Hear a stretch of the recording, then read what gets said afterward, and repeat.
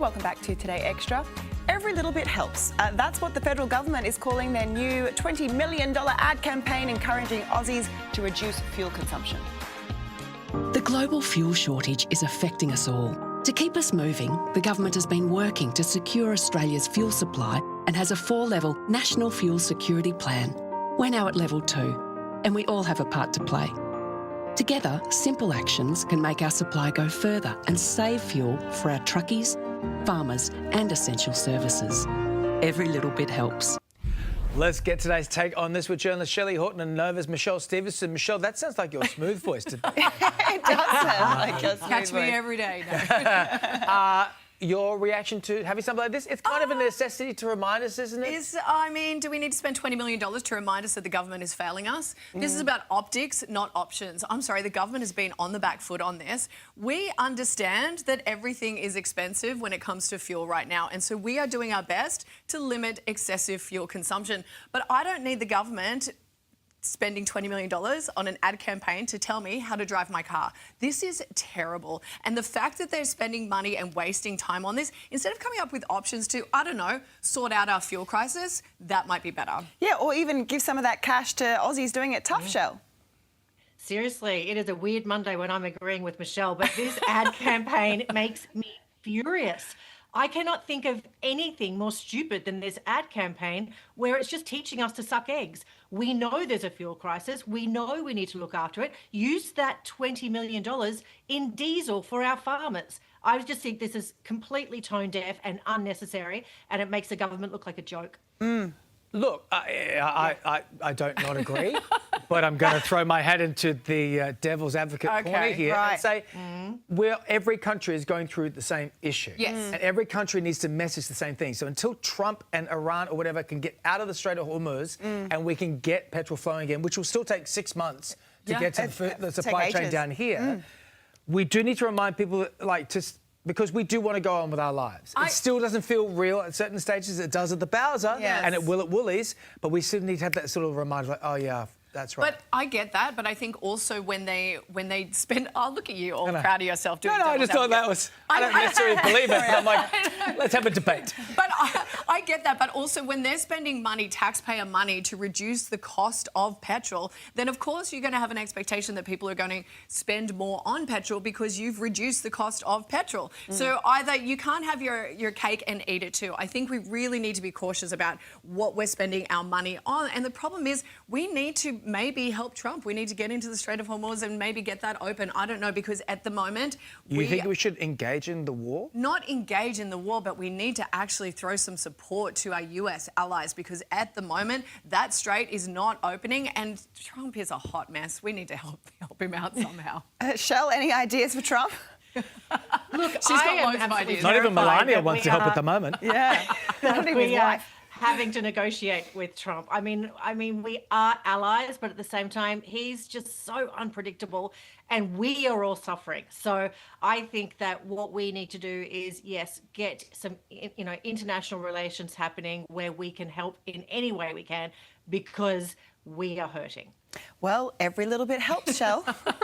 It's not a great sound, is it? Every little bit helps. It's so condescending. Yeah, it is condescending. And the voice is patronising. Oh my God, it's so patronising.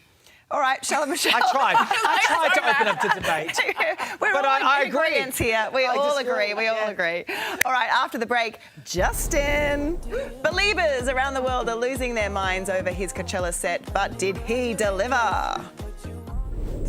Welcome back. Popular UK pub chain Wetherspoons is sounding the alarm this morning, claiming QR codes are to blame for increasingly boring bars. It's a thought, right? Shelley and Michelle are back to discuss this. Shelley, what do you reckon about this? The boss of Wetherspoons says that pub banter is being destroyed. So when you go, you're just standing next to a stranger, you're ordering a drink, you're talking crap.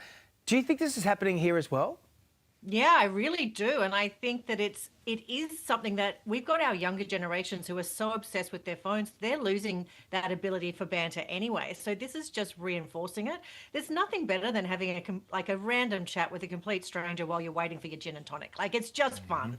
But I also think the QR codes are killing tips, because I don't want to tip anyone if I have done it on my phone, paid on my phone, and nothing has happened, but they've delivered the drink to me. So I don't know. I think maybe it's time to get rid of the QR codes. I also hate that they get my email address and then I get on marketing lists. I think maybe, it was fine for COVID, but let's get rid of them.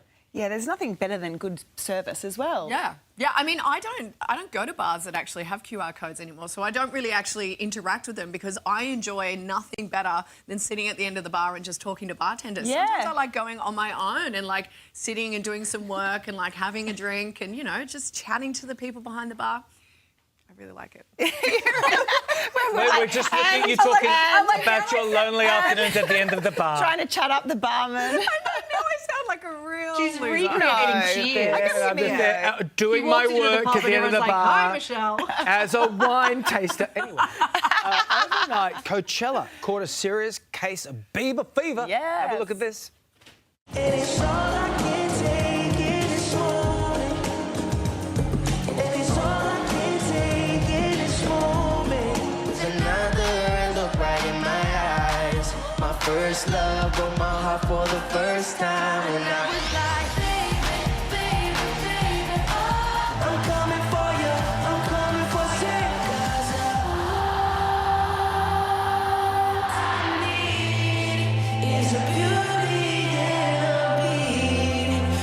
beat. Okay, so someone's having major Coachella fun.